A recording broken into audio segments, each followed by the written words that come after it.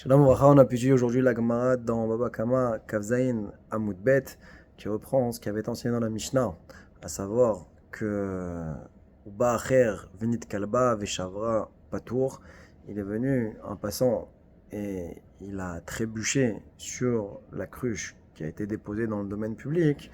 Alors là on dit qu'il est dispensé de devoir dédommager le propriétaire.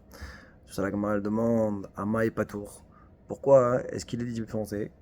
Il y a une logique de dire qu'il aurait dû faire attention là où il marche, et ça n'a pas été le cas. Ça, la Gemara va ramener trois tirotsim. D'après Rav, ici on parle dans un cas où la personne, le balakad, c'est un pochéa, c'est un fautif. Déjà qu'il n'avait pas le droit de mettre dans le Shtarabim, c'est une chose, mais en plus de ça, c'est qu'il a été mémalé Reshut Arabim, Kulo Chaviot. Il a rempli tout le domaine public avec des cruches, et donc ici, c'est pour ça qu'il serait patour. C'est-à-dire qu'on accepte le fait qu'il aurait dû faire attention, mais simplement qu'il était dans un cas de force majeure ici. Et réellement, la Gemara va nous dire que pour Rav, c'est pas seulement un cas de nitkal où il a trébuché, mais même s'il l'a fait volontairement, shiber, il est également patour. Alors la Gemara va poser la question dans ce cas-là pour Rav, pourquoi il y a marqué nitkal?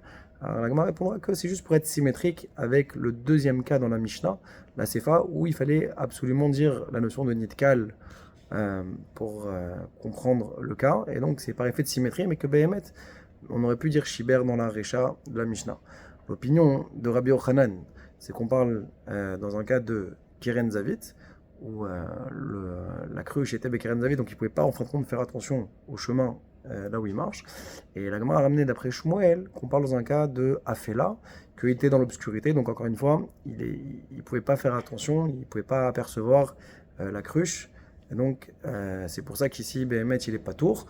Mais en tout cas, d'après toutes ces réponses, ou en tout cas au moins d'après Shmuel et d'après Rabbi Yochanan, il aurait été chayav si jamais il était en mesure de pouvoir faire attention.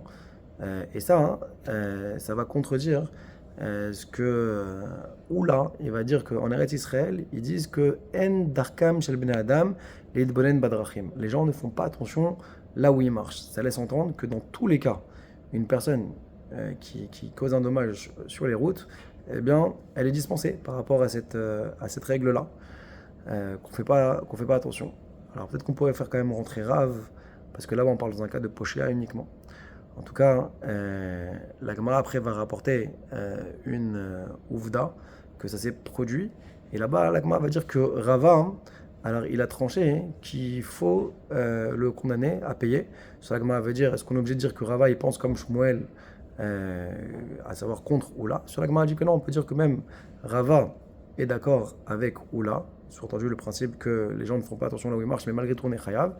Mais qu'on parle dans un cas où il y avait l'habitude des gens de mettre leur cruche à côté du pressoir, lorsque, comme il dit Rashi, lorsque c'était déjà trop rempli. Et donc en fin de compte, quand il y a le minag hamakom qui se déroule de la façon suivante, alors même d'après l'opinion que les gens ne font pas de son chemin, eh bien on est quand même responsable des chayav.